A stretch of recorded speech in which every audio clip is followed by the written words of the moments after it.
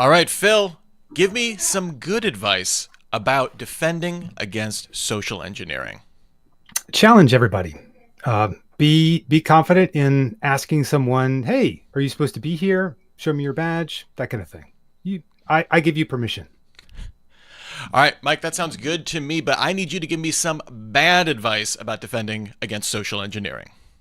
I think sharing, publicly like your company's org charts would probably be a pretty bad way. Also, a very good way for sellers to reach out to everyone in your company, but definitely a bad way to defend against social engineering. The worst type of transparency. All right, Phil. That's pretty bad. Give me some worse advice. Okay. Ensure that finance absolutely takes everybody at their word all the time in terms of who they are and what they're allowed to do. Woof, woof. We have gotten some great, terrible, bad, worse ideas. Let's get the show started. Get ready. It's Super Cyber Friday.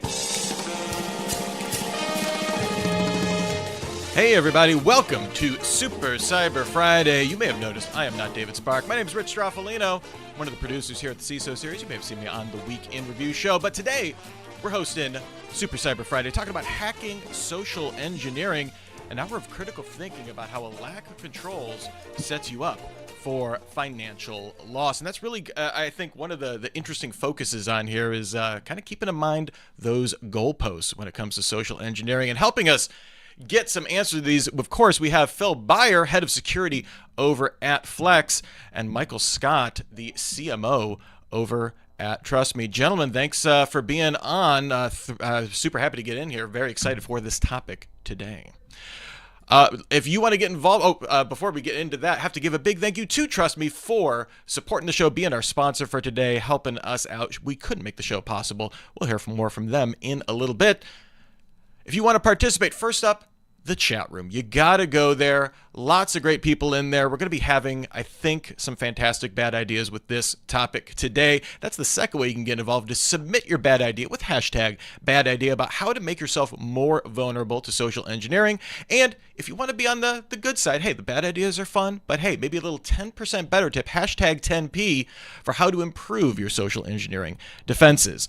If you also want to come on, you have a thought to contribute, you can always type bring me on and ask questions. That's the big one. Let us know what questions you have for Phil and Mike, and we want to get them on the show. We love it when you get involved, and we can help spread some knowledge and fun stuff. And remember, we are going to have our meetup in a little bit here, and here is our agenda. Of course, like I said, how to make yourself more vulnerable. We're going to be playing the Public Interest and Department of Yes. These are games that I love, and it will be a fun time. So also remember, at the bottom of your screen you'll have a link for I have the wrong date on there, but it's 418. It's not, we're not doing another one today. It's 418 for Hacking the Evolving DDoS, an hour of critical thinking about the changing threats to service availability. All right, we've gotten all of that out of the way, all of the show prep proper. So Phil, I want to start out with you.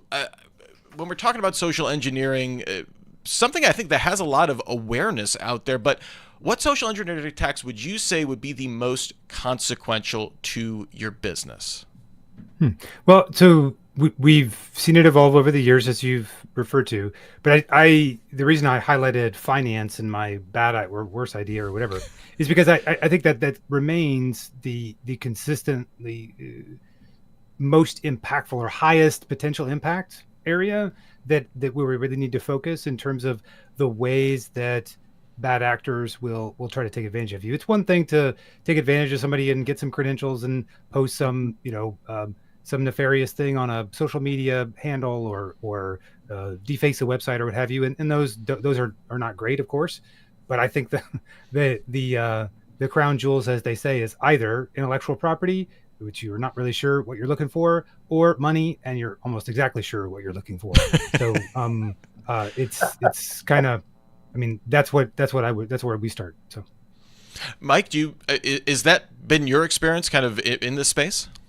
Yeah, just to kind of add on, first off, Phil, some great points there. I think the main thing there is why they're most consequential is think of who they're attacking. If you're attacking finance, they're the ones who actually have access to funds. So what does that mean? You have the rights to approve, modify, change payments. So ultimately, like all those other roles, well, yes, you should be protecting them and should be worried about them. If your finance or vendor facing roles are compromised, that's ultimately going to be most consequential to your business. Because again, the second point Phil had made is bad actors don't care about duping or compromising you. And don't get me wrong, everybody, don't throw spears at me. It's a means to an end. So they are trying to do that, but ultimately it's to get to that end of either IP or your company funds. So at the end of the day, that's why it's most consequential, those finance-related attacks like invoice fraud or vendor fraud. Rich, you highlighted for us at the beginning, like before we joined, that CISO series hasn't, like Super Cyber Friday hasn't done one of these before on hacking social engineering specifically, which you could take that back to David and like, come on, man, like what are you thinking? This is the oldest trick in the book, so to speak. I mean, before any technology, and that's the way that I think about social engineering. I'm curious whether that's aligned with the folks in the chat room and aligned with both of you, but social engineering is a methodology or is an approach. It's an attack method, and it's not a tool. It's not even a specific attack. We usually, like in Varus or other kinds of incident response style things, we label something in particular social engineering. But phishing is a kind of social engineering, and there are a variety of other kinds of like business email compromise. All these kinds of things are implementations or instances of social engineering. I mean, so yeah, like let's get definitional on this, I guess, but before we get started, right? I mean, we're just talking about exploiting social norms, right? Exactly.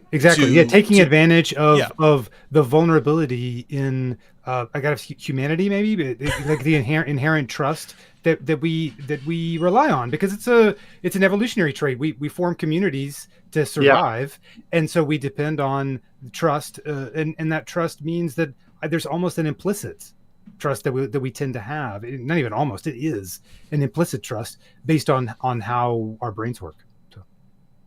One thing, Rich, I'd like to add what Phil said is it's this attack type is an anomaly in itself. Most attack types, like ransomware, for example, they focus on certain areas or very specific tactics. Social engineering is such a broad umbrella, and it really has no bias for surface area or endpoints.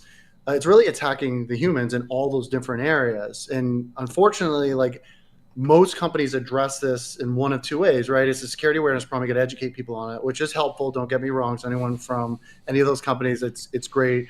But my CISO's not on this call, so like I've always clicked through those really quickly. I'm sorry, Phil. I know you're a security practitioner, but that's what I do too, Michael. It's the end of the quarter, 11 days ago, and so I had my training I had to complete within, by the deadline. So I get you.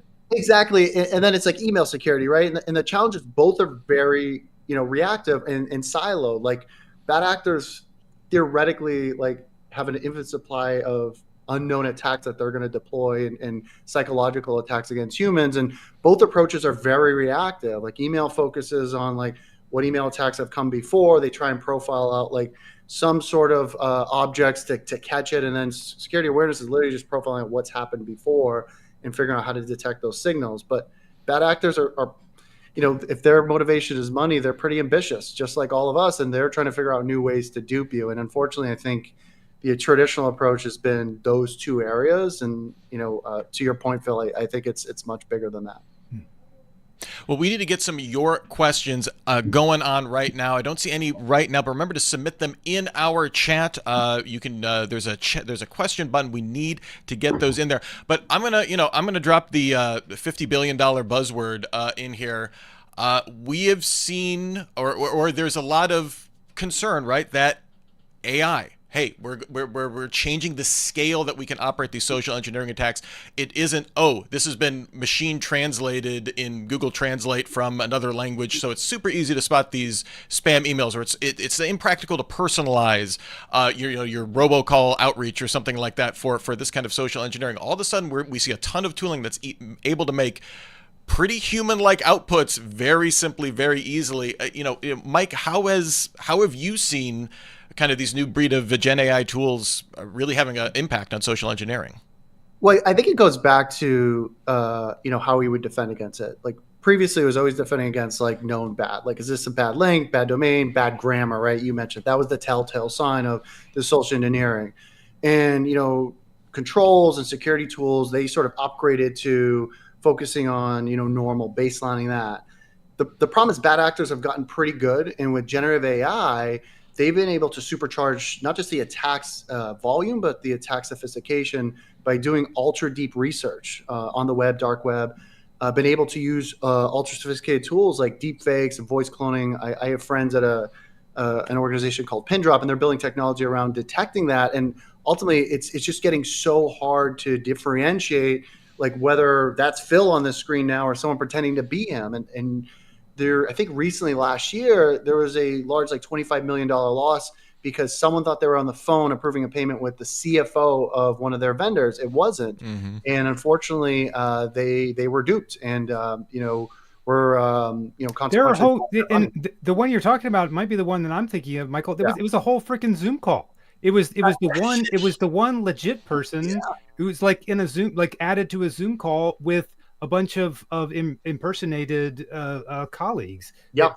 Perhaps that person meets with on a regular basis or doesn't. I don't know, because I didn't dig into that one in particular. But it was like, this is the kind of stuff that makes me wonder, maybe it's time to retire. I don't like this. Wow.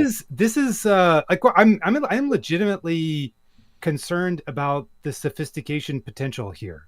A colleague, a friend on LinkedIn this week or end of last week posted a photo and was like, "What's wrong?" or this photo looks fine, right? And then one of the like little read more, so to speak. And he said it took him minutes, like less than 5 minutes, to give some personal photos to the AI and generate a picture of him sitting in shorts with sunglasses on in Egypt in front of the Great Pyramids. So and I mean, it looked good to me. I was like, oh yeah, he totally just visited, and that's what this photo's about. And that's not at all what it was. I'll share something that just happened today. My wife got a call, an automated robocall, but it was for the hospital that's closest to us, saying that you need to call about a billing issue or something like that. And it was one of those where it was like, all right, if it was just, this is healthcare provider calling, we're all completely immune to that. But she was looking, at the auto transcript from it and goes, I don't know, it says it's from like Southwest. That's like another level to know that. And then she was looking online, and this is like increasingly common where it's personalized, to based on your location or based on the zip code or the area code, that of your phone number and stuff like that. So, Rich, Diane in the chat saying they're having the same thing. Yeah. So that level of, so I guess with that being said, when we're thinking about defensive, Mike, you were talking about, reactive it plays a role, right? The preventative stuff and the reactive stuff that can play a role, but is knowing what the goal line is, knowing, hey, they're coming, like they want to get to the vault of money, right? The Scrooge McDuck vault of money that we have sitting out there. How do, like, we know that, so that's good. How then do we pivot, like think about our defenses in terms of that level of prevention? Mike, I'll start with you. Yeah, I think ultimately you need to focus on that end goal, right? Like, and what I mean by that, to cut through it, is that, Phil and I already said it a couple times, like they're not just trying to dupe or compromise your email. It's inconsequential, right? They're not trying to phish credentials. They're not trying to steal data. They're ultimately using it as a means to an end to get to your money or your IP, right? In fairness. Mm-hmm.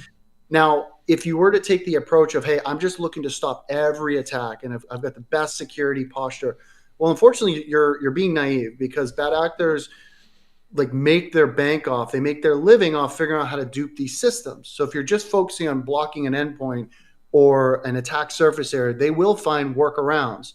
So ultimately, you need to be proactive and looking holistically at your business processes. And, for one example, like your financial process, right? If this is how you're paying vendors and you're not looking for anomalies within that process, well, you already have a vast amount of vulnerabilities, because bad actors will find those, whether it's in the financial controls, whether it's in your ERP, whether it's in your vendor management onboarding systems. In most cases, they do it directly from your vendors, where, hey, just because you have great security posture doesn't mean they do. And if you're not mapping that out and looking at how money should move in your business, in this case, then unfortunately, when those nuanced anomalies take place, you're not going to be able to detect them. But I'll pause there so Phil can jump in because I'm sure he has a lot of insight as an actual practitioner. It's not that, Michael, as much as like what I want to call attention to in the ways that we're talking about this is that this social engineering concept is pervasive throughout all of the work that we do as security professionals, and that's why perhaps in fairness or as a counterpoint to my amusement with David earlier is to say, well, because if we're talking about hacking social engineering, we're talking about like all the work that security does really, because conceptually the bad actors trying to take advantage of what we talked about at the very outset, this inherent trust that we place in human beings. And while Freddie pointed out, hey, maybe certain folks could be susceptible, I don't know that I necessarily agree with that as much as I agree that all of us are absolutely susceptible. Some people are perhaps not aware how susceptible they are. Maybe is a way I would say it. Just like cognitive bias has been scientifically proven as it's just a thing in the human brain. You can't turn it on or off. Everybody does have cognitive bias. The trick is to notice when it's happening and to catch things. And so like my not counterpoint or really even complimentary point as much as just we need to be thinking about the ways in which someone can take advantage of the processes we set up that make sense to us because we're trusting that somebody's going to follow the process. And what we have to do as security professionals, again, this is in every area that we work in, we have to consider those misuse and abuse cases. And how are people going to try to misuse this? How are folks going to try to abuse this? And some people are better at thinking through those things than others. Well, and where I think this gets really interesting is the idea of, we always talk about, security needs to be a business enabler, right? If you're the Department of No all the time, people are just going to work around you. They're not, you need to partner with the business. With social engineering, you're basically saying like, you can't be the Department of Social No. Mike, you were talking about business processes, and it's not even, it's really almost like a superstructure on top of anything that security is going to be touching. And this idea of like, not only are you like going to make my work harder, you're going to make like my interactions harder. If you do that in a very blunt way, that I could imagine you lose a lot of buy-in when it's like, I can't even interact in the right way without security yelling at me. Right. 100%. I think the key here though is like, folks have to address this as a company-wide challenge that needs to be addressed together. And when I talk about business process, I'll give you guys a quick example. If you were to have, say, an account takeover, like in your financial process, let's just say your ERP, for example, and this happens a lot, right? Bank payment details for vendors get changed. Well, if you were to map out the entire process and have it connected, you would know to look for two signals. One, like, was a callback made, right? And if that didn't happen, well, that's interesting, right? In the financial process, which typically security is not involved in, but should have visibility. And then thirdly, was there an email sent from the vendor requesting this? And that's just a simple process connection that, again, it's not like you need a single tool for, but if you were able to correlate that and say, hey, this change happened, and even if you're not proactively monitoring every change that happens for vendor payments, if you're able to correlate that data and say, hey, wait a second, these two things are supposed to always happen, those signals are missing, forget about bad signals, just lack of signals, then you'd be able to determine, is this legitimate? And obviously not, because those two things should have happened. No vendor change should happen if the vendor's not requesting it. Yeah, I think that's the right way to think about it, Michael. It's not that we're looking for bad signals. It's that we're looking for the good signals that are supposed to be there, and for folks doing it the right way. Because there's two things that I was referring to earlier about thinking through a procedure that's written on paper or is in practice today. Have we considered the abuse or the misuse or abuse cases? And that's certainly one part of our role. The other part of our role is just reminding folks that we have a standard operating procedure for a reason. Let's just follow that. And that's probably, while I smirked at legitimately at your question, Rich, because I do actually think that we run the risk in security all the time of encountering these situations that are very difficult and very challenging to prevent a determined, sophisticated adversary. I fully accept that. It's very difficult to do our job. at the same time, we can't become the polar opposite. We can't become just shut the business down, which is my there's actual no business, it's my easy to actual secure, good right? advice. My actual good advice is close the company, and it's definitely not susceptible to social engineering if it doesn't exist anymore. Go back. Someone will scam you. You become a hunter gatherer. Someone's still going to scam you out of the root you dug out of the ground. Exactly, I'm sure. But so there's a lot of back and forth in the chat about this kind of now somewhat known or situations where folks are joining companies remotely. Either like I know there's been documented cases of North Korea like really leaning into this in terms of getting some of their folks hired remotely for companies. But like Diane and others are going back and forth about it, and I think that's a really good example here of how social engineering shows up in an area that cybersecurity is traditionally not. Like, we're not supposed to be in charge of that. That's the people team or the HR team or whoever else is in charge of bringing people on. So it's a bit of a challenge for us to contribute there. Ultimately, with the exception of a poorly designed hiring and onboarding process, I'm sure those exist too.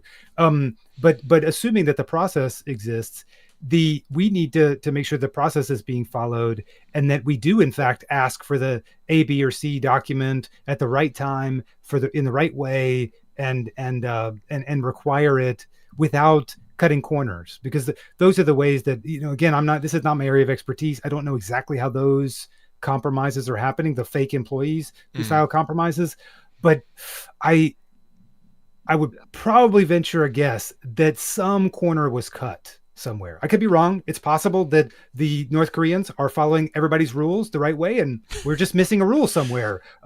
We just need to we need to add a new rule. But I bet that it's more like a corner's being cut. So I think it's a good point. I just think a lot of it too, Phil, to just add to that real quickly, is just a disconnect to your org, right? Like, there are things that aren't being connected across the aisle. And I think it's less about adding, to your point, more processes and controls. It's more about just giving that visibility. Sorry, Phil. Rich. No. Yeah. All right. Well, one thing we need visibility into is our first game for today, little public interest. I'm never good at these what games. Others are thinking? So I look forward interest. to failing here. Well, I will say, as the person that designs these games each and every week, I have to say, when the first wrong answer comes in for each person, it's a special moment for me. Thanks, Rich. What I'm saying is, you'll probably both go 4 for 4 in this case right now, because I've just jinxed it. But just know, I think about these long and hard when I create them. This is the public interest. If you're not familiar, this is a game where we put up some Google, some terms. We just have to find out what is the most commonly searched for term, or what gets the most search results when we plug it into Google. We're just looking for that stuff. Also, remember, I haven't mentioned this yet. We have Hacking the Evolving DDoS. We have a link to register for that. If you want to check that out next week, click on that down below. You will not leave this session. You can just click on it. You can register. You'll still get this full session. You can still play public interest. So let's get it started here. First up, most average monthly search queries. This is on Google. This is all people. This is not cybersecurity practitioners. Smishing or vishing? Smishing or vishing? Phil, what do you think? I'll go with A. You're a smishing fan? All right, Mike, what do we think? Smishing or vishing? I think smishing. All right, so we got double A. All right, let's see what we got here. Hey! All right, hey, one for one. What are the right, first times I've ever is, gotten the right choice? This is my worst nightmare. On or off the camera. Okay. Sorry, John Holt and Tony in the chat. It was a good run for you. All right, next up here, dumpster dive, shoulder surfing, water hole. What are we thinking here? Mike, I'm going to start with you this time. I don't know what the other two are, so I'm going to go with dumpster dive. Dumpster dive, okay. Maybe something somebody did in high school. I don't know. Hole. I can't. Not here to judge, but that's okay. Man, Phil, what do you think? Chat, help me out, chat. See, okay, I'm gonna go with E. Sure, that was my first. That was my gut said E, so I'll go with E. Okay, I'm getting nervous. I don't remember what the answers are. Here we go. Whoa, water hole. Whoa, this All is right. unprecedented. I'm supposed to be getting these wrong. Phil, perfect. But Mike, the game could still be yours. All right, we're moving on here. Baiting, pretext, or reciprocity? Baiting, pretext, or reciprocity? What are we thinking here? Phil, you're perfect. Can you keep it up? I'm going to go with H because I think people search on it because they don't know how to spell it. Okay. All right. Mike, the David Spark rule is the shortest word is usually the right one, but I don't know. So I was going to go with baiting. I think that's it. all right. So we got baiting and reciprocity. Let's see what's going to happen here. Oh my goodness gracious! So I think Andrew is probably on. I think tariff reciprocity is probably the reason, not because people can't spell it, but I can dream. The search terms are really a mirror to society, as I like to say. So our last one here, Phil. This is a lot of stuff pressure. going here. A lot of pressure. Yeah. So we have authority, quid pro quo, or scarcity. Phil, this is your game to win here. To lose? What are you thinking? Yeah.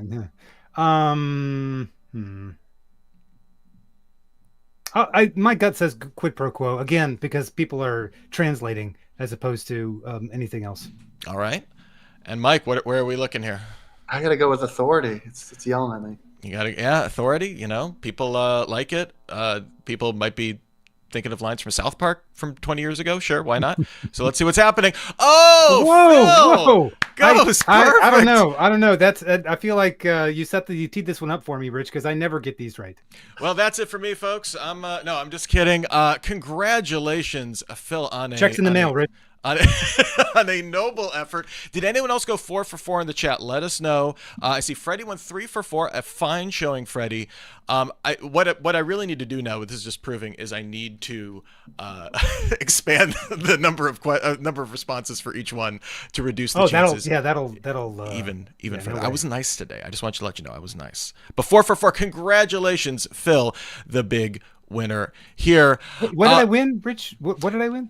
Eternal esteem, right. And also my sadness for having gone perfect. I disappointed you. Good. Invalidating my effort. No, it's fine. Don't worry about it. Before we start, move on with discussion, Mike, I want to pivot real quick. Can you tell us a little bit about what Trust Me is doing in the social engineering space? Then we'll kind of re-engage with the conversation here. This is when I do the 30-minute demo, right, of the product? We booked 2 hours, so yeah, you can really deep dive. Yeah. Right. And everybody doesn't realize it, but their browsers are now a modal, and they can't get rid of it. So I've already created 30 opportunities in Salesforce. So guys, the PDRs are going to be called after. Kidding.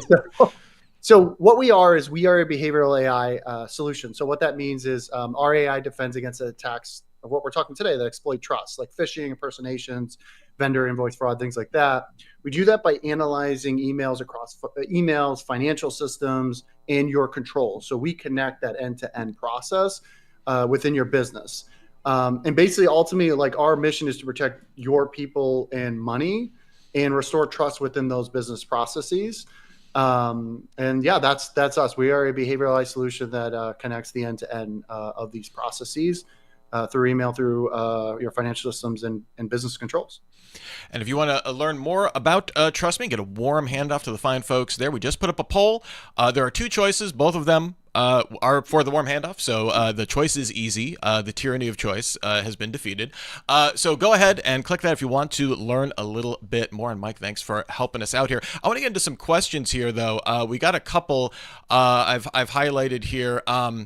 Diane had kind of brought up about the North Korean, kind of remote workers and stuff like that. Actually, I had a great discussion with Howard Holton about that, and I loved his perspective on that. He was saying when we're looking at legitimate outsourcing in India, that's been a problem kind of for years. Of you interview one candidate and then another candidate kind of shows up on the first day of work here. But Diane also had a question about what about inside jobs? My website got hacked almost 2 years ago. On my day, my security lapsed. The email alerts were going the email the alerts were going to was about to expire, was incorrect, so I had no idea what was expiring. It made me think people wait for security systems to be down to attack. How much of that is just not just what we think of as typical social engineering, but waiting for those moments of where your organization is not prepped to respond to something in a timely fashion. Phil, well, how do you account for that? You're not wrong necessarily, Dan. The DNS record expirations are all public information. The certificate expirations are all public information. So it's not necessarily hard to know when certain things are up or expiring. And with automation these days, you can spray and pray across the board. So you might have very well been a target of opportunity, but probably not targeted, right? In these situations, especially with the kind of target or resource you're referring to, it's more likely just a target of opportunity. So I don't know that I would be worried necessarily at the next expiration time coming up for you, but it absolutely is a technique. A really great 10% better we just got in from James Sparrenberger also. Map procedures and processes, kind of, Mike, to get kind of back to what you had brought up a little bit ago. You can't spot anomalies if it's being done a different way every time. Yeah, how, Mike, I mean, is that establishing those, I guess, process baselines, does that go a long way to helping spot when someone's trying to be nefarious here? It definitely helps. There's always underlining, patterns that you can recognize for sure, but it always is beneficial, to James's point, to always map those out, because it is going to help you ultimately, make it clear to define. Like if you have your typical financial process, like, hey, there's always going to be there should be an SOW, then a PO, and an invoice, and those things there are certain things that are going to be included in each of them. And say if that's missing, you get a rogue invoice, for example. Well, is that really something we should be paying to a vendor or not? That can help you if that's already mapped out and the models have that, for sure. All right. Make sure you are getting your questions in for Phil and Mike. We really want to help you guys out here. If you have any burning questions about social engineering, we love it. We're getting a lot of bad ideas. So please keep using the hashtag bad idea. And how do you just make yourself more vulnerable? I know Andrew Aiken has probably a few in there. I've been watching the chat. I've been seeing them pop up. So we're going to be playing Department of Yes in just a little bit here, but want to continue the conversation here. Phil, for you, I guess, what kind of checks and balances do you need? Like, is it helpful to think about that, I guess, for social engineering? Is that a good framework to think about? Yeah, this? I do. I almost used that phrase earlier in our conversation. Yeah, I do think it is. What at least I can't speak for everybody in the audience, obviously, but what I usually think about are not necessarily the things that I think are worth asking the question about regarding social engineering. I usually am thinking about technical controls. I'm usually thinking about YubiKey. I'm usually thinking about some other kind of strong authentication or authorization step. I'm usually thinking about how do we grant or revoke privileges in change boarding situations or on or off boarding situations. And those are all relatively technical controls. I think the question to ask in a social engineering standpoint is not what a security professional or even an IT professional is doing, but what about everybody else? And how are they in the company? And how are they asking questions like that? And how are we encouraging them to ask those questions? So, when in an open office floor plan or in a kind of shared office space, when, if people aren't comfortable challenging some visitor for any number of reasons, then that can be a problem for us. And it's only a problem when it's really a problem, either in a physical safety situation or some other kind of an environment or scenario. And it makes us all, including me, who and I am extroverted. I am the kind of people person. I love talking to folks.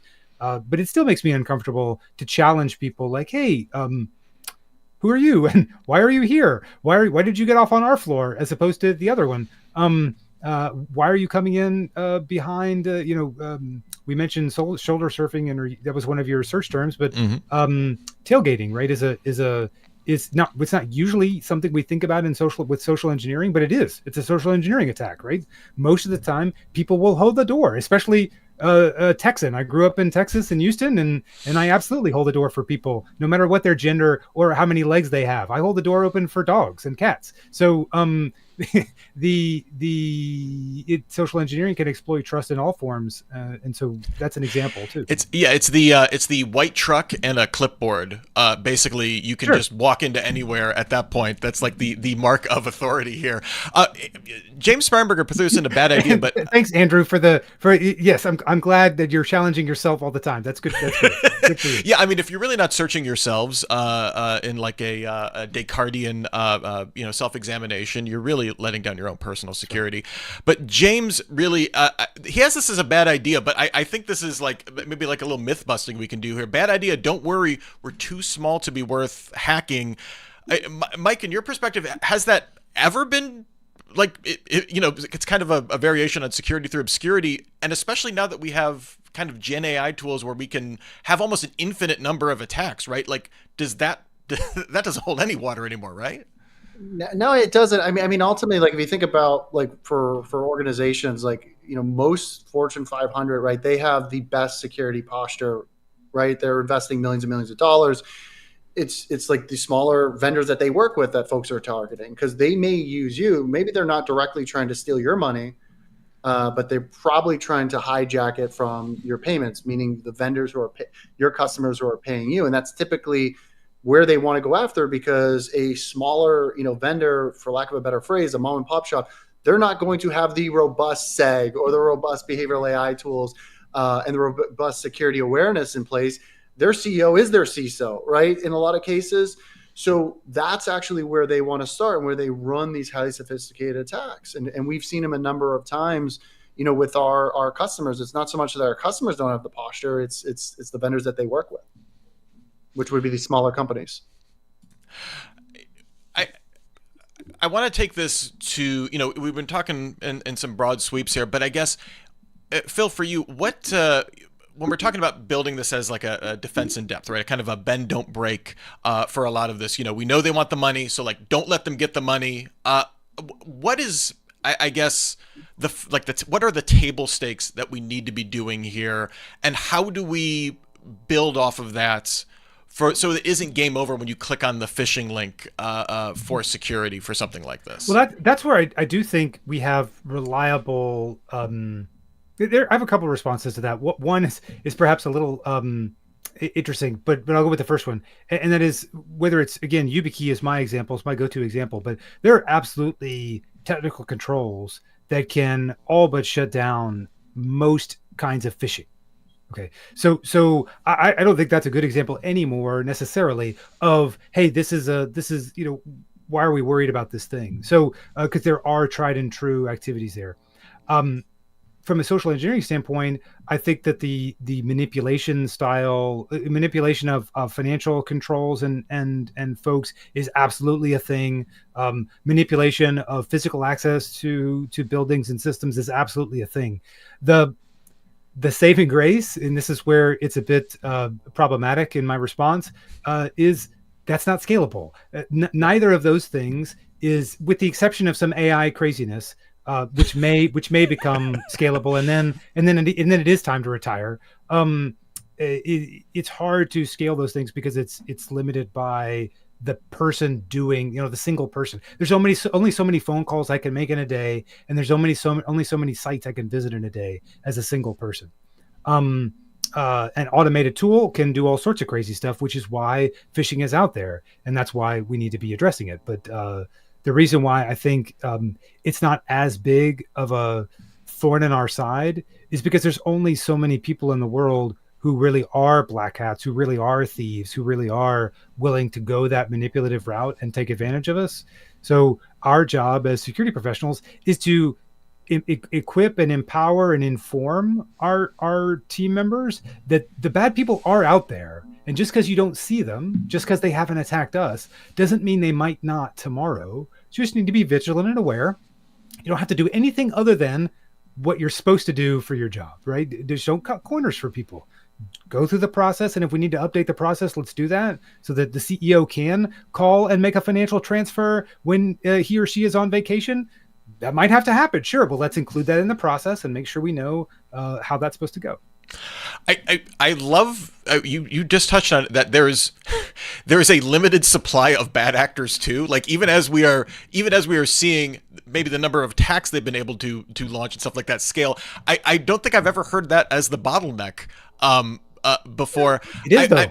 I find that like philosophy of it fascinating. That's like a refreshing philosophy, and it puts up a renewed emphasis on putting up the speed bumps, right? If you make it so much of a pain in the butt, this is social engineering. Wrong. Rich, social engineering is the only real still area in cybersecurity where the whole like I'm putting my tennis shoes on because I'm going to run faster than you, and the bear's going to catch you and not me, right? It's the only area where it still works, because with automation these days, the bear can catch everybody.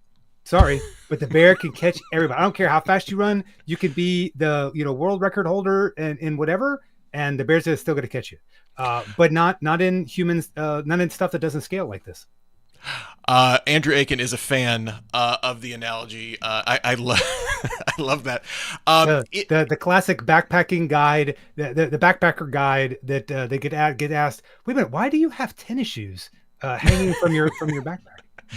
Why do you have tennis shoes and you're not wearing deodorant? Tress trying to avoid that bear.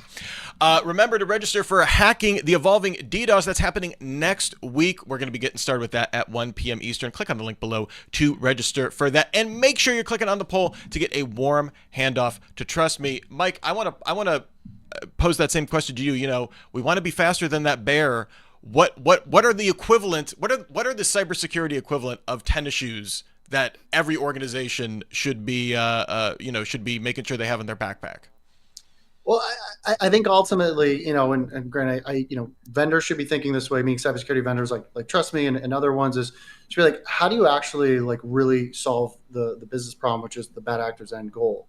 And I'll give you guys an example of how to do that. Right? We've seen a number of times where the vendor is compromised. Right? Bad actors impersonating the CFO in their account, using AI to collect intel over the course of a week, understand relationships, creates a fake bank account, packages that up with a bank wire transfer request and a modified invoice, and then sends it through. And because everything else is clean, it gets through, goes through the financial controls, goes through bank account validation, and boom, you're one click, one signature away from probably getting fired and investigated if you're the CFO. I think ultimately why you need to leverage tools that are able to connect the dots is, hey, maybe in that bank account validation, even though it was proven to be a real account by the bank that, by the way, got duped in the first place, you could see, hey, that account actually belongs to a company, maybe not Acme Co., maybe it's Acme Inc., right? And maybe it was just created a month ago and the domain's new. And hey, even though Chase is saying that's a real account or Bank of America, whoever the bank is, it's like, well, it's a real account that belongs to someone else in this vendor. And if you do that, even on like the callback and are connecting that with the information you have in your vendor systems, you can see, hey, this number was approved, but it also belongs to a country in Eastern Europe that they've never done business in. And if you correlate those signals and use AI to do that, whether it's with Trust Me or other tools in your arsenal, then you can multiply your defenses. And you can take, I think I said this to you on the original chat we had, is it almost gives you, for another analogy for the sports fans, and forgive me, I'm from Boston, so you guys are going to hate me for this, but Bill Belichick's defenses were always thought of bend, don't break. And ultimately, bad actors will gain 10 yards in you, meaning they will have attacks that do get through. Your goal as a security defense is like an NFL defense is, it's mostly inconsequential to gain a couple first downs.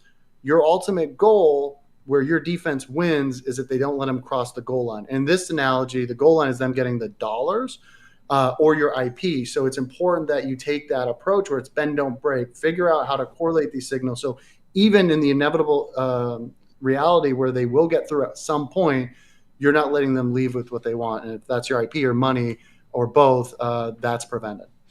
Hold on, gentlemen. We have a call coming in. Hello, welcome to the Department of Yes, where no request is ever rejected. Yes, we have some epically bad ideas submitted by our audience with hashtag bad idea. Make sure you still get those in. There could be some sweet prizes headed your way if your idea is selected. But I have a couple in the queue here. I want to start with one from Victoria Gonzalez. Mike, you've got to tell us why you actually want to do this bad idea, give everyone full access, share passwords for teamwork, and proudly list job titles, emails, and lunch preferences on LinkedIn so hackers feel like they're part of the team. Why do we want to do this, Mike? Oh, I think you want to do that so ultimately you can then simulate, what would actually happen to you, because you're already showing your exposures and vulnerabilities. Now you can build all your defenses around that and use it sort of as a bait. Hey, yeah, try and attack us this way.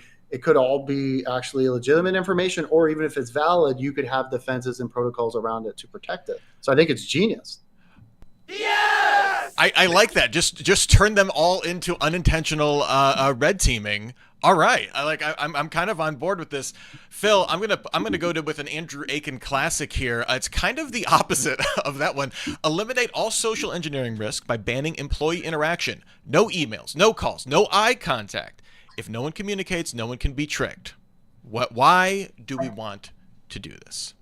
Got it. Yeah, no, that's good, Andrew. So, he didn't say. He said no emails. No emails, no calls, no eye contact. He didn't say no Slack. Okay, perfect. Ooh. Perfect. That's exactly what we do. It actually, I'm in a company right now that sends very few emails, so I can absolutely abide by this because all we do is Slack with each other all day anyway. So I would like to not have no meetings because I can't talk to anybody. So I can't do meetings and calls. I can't make eye contact, and I get to work from home because I can't see people in the office. So now this is I would join that company because all I do all day is Slack, and I never hear from anybody. Well, I hear from them via Slack, because then maybe if I can't communicate, I just put security in place all the time for everybody, and I never hear back from anybody. So I think it's working, right? Because I never get negative feedback. So I'm on board with this business model. By the way, Victoria's business model is really just an open source community. Let's just make all companies open source for everything all the time. And look, that's a good model too. Great. These are both great ideas. I'm only giving you. Come on. I'm only giving you a nod because clearly the answer was develop zero trust telepathy. That was clearly the answer that we were looking for. I'm so sorry. I'm so sorry. But no, I love that idea of free as in beer, free as in speech, free as in your business. It all works out. That is some good stuff. Mike, I'm going to go with you. We're getting close to the end of the show here. Remember to register for our next week, Hacking the Evolving DDoS. Should be a really fun time. Click on the link at the bottom of your screen there.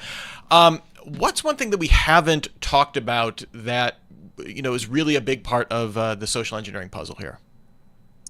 I think the big part is, and maybe it's less about what we haven't talked about, maybe we could emphasize more, is that, when you think of social engineering, like in training, and how reactive it is, it's like, no matter, even if you were super proactive and somehow could see in the future, what are you doing for social engineering that's happening to all your partners, whether it's resellers of your or distributors or suppliers?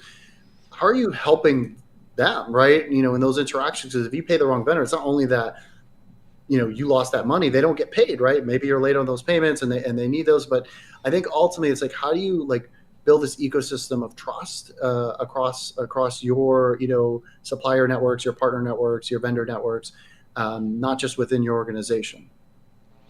Yeah, Phil. I mean, we could talk about third-party trust all day, but I'm curious. Like, what's the starting point for something like that? And does that help? Like, is there, I guess, a more of a soft trust versus some hard processes that you can also have on top of that? That's part of that equation, right? Or maybe I'll go this angle. How about this? So I think it's complementary to what Michael just said, but I think the foundation of trust in terms of a business relationship is transparency and clarity, not perfect transparency like Victoria's bad idea of everything is open and is out there, but clarity on what our process is. So, Mr. or Mrs. New vendor, you will always hear from us from either one of two ways, from one of two addresses in one of two, like this or that or whatever. Anything else, sorry, not us. If it is, somebody on our side is doing something wrong, and we'll take care of that, right? That's our business. We want to make sure that our employees are doing things the right way and not some other way. So like I that's just a kind of trivial example, but I think clarity with our vendors about how that working relationship is supposed to go and what it's supposed to look like, that's really what the way that trust plays out on a day-to-day basis.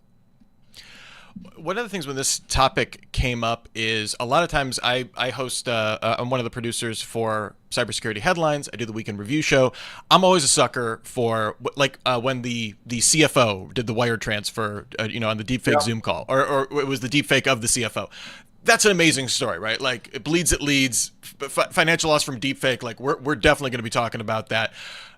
I wonder though, does this conversation get muddled because we are increasingly seeing like genuine creativity on the behalf of like there's a fascination with kind of the creative side of this that we may get distracted from, kind of the boring technical back end that like could shut all this down. Does social engineering, are we mistaking, I guess, the sizzle for the steak here on this? Not necessarily. So I'll chime in to say that I think that what we see play out is just a unfortunate side effect or symptom of the design of the system, because the financial system, think of like original SMTP protocol definitions. The reason why it's so manipulated, why it's so vulnerable to manipulation in terms of changing, what the email is from, and making direct connections to like.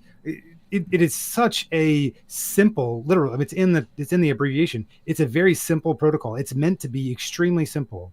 It was never designed for the junk that we use it for these days.